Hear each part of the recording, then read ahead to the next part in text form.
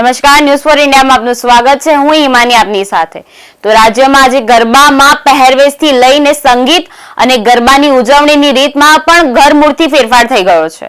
જો કે સાંતલપુર તાલુકાના આબિયાણા ગામમાં આજે પણ જૂની પરંપરાગત રીતથી ગરબાની ઉજવણી કરવામાં આવે છે। અહીં વર્ષોથી ગામમાં ફક્ત પુરુષો જ નવરાત્રી દરમિયાન રાસ અને ગરબા રમે છે।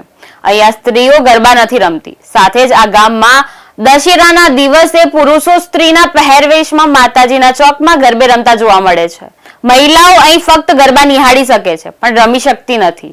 અને ગામમાં માતાજીના નવલા નોરતાના દિવસોમાં લોકોના કામ પૂર્ણ થતા હોય તેવું આસ્થાનું પ્રતીક પણ માનવામાં આવે છે। તો નવરાત્રીની અનોખી ઉજવણી જોઈએ અમારા વિશેષ અહેવાલમાં।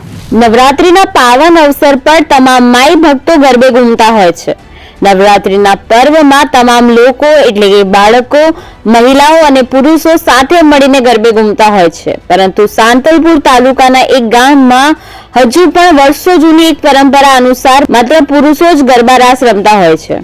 આ પરંપરા આજ દિન સુધી ચાલી રહી છે। સાંતલપુર તાલુકાના આબિયાણા ગામમાં નવરાત્રીની અનોખી ઉજવણી કરવામાં આવે છે। આબિયાણા ગામ ખાતે વર્ષોની પરંપરા મુજબ જ જીરવાણી અને પ્રાચીન રાસ ગરબાની રમઝટ જામતી હોય છે। ઉપરાંત અહીં વર્ષોથી ગામમાં ફક્ત પુરુષો જ નવરાત્રી દરમિયાન રાસ ગરબા રમે છે। અહીંયા સ્ત્રીઓ ગરબા નથી રમતી। મહિલાઓ અહીં ગરબા નિહાળી શકે છે પણ રમી શકતી નથી। માતાજીના સાનિધ્યમાં ચાચર ચોકમાં નવરાત્રીના 9 દિવસ અહીંયા ગામના વડવાઓ દ્વારા જૂના અને પ્રાચીન રાસ ગરબા ગવાય છે। આ ગામમાં ક્યારેય કોઈ કલાકાર લાવવામાં આવ્યા નથી કે ડીજે દ્વારા કોઈ ગીત કે ગરબાનું આયોજન થતું નથી। અહીંયા ફક્ત ને ફક્ત જૂના અને પ્રાચીન ગરબાને મહત્વ આપવામાં આવે છે। સાથે જ ગામડાના વડવાઓ દ્વારા મુખેથી ગરબા ગવાય છે।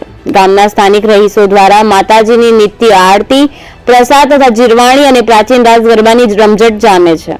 રાસ ગરબાની રમઝટ જામે છે ત્યારે આજુબાજુના લોકો પણ અહીંયા મોટી સંખ્યામાં આ અનોખી નવરાત્રી મહોત્સવ જોવા ઉમટી પડે છે। ગામના લોકોની માન્યતા પ્રમાણે જે લોકોએ બાધા માનતા રાખી હોય એવા લોકોના માતાજી કામ કરે છે અને એ જ લોકો માતાજીની જાતર રમી પોતાની મનોકામના પણ પૂર્ણ કરે છે। આમ આ ગામમાં પ્રાચીનતા આજે પણ જળવાઈ રહી છે અને જિલ્લામાં એક નવી ઓળખ ઊભી કરતું આ ગામ છે। ઉપરાંત ગામના તમામ સમાજો વચ્ચે વર્ષો જૂની પરંપરા મુજબ આજે પણ ગામમાં માત્ર એક જ ચોકમાં નવરાત્રી પર્વની ઉજવણી કરવામાં આવે છે।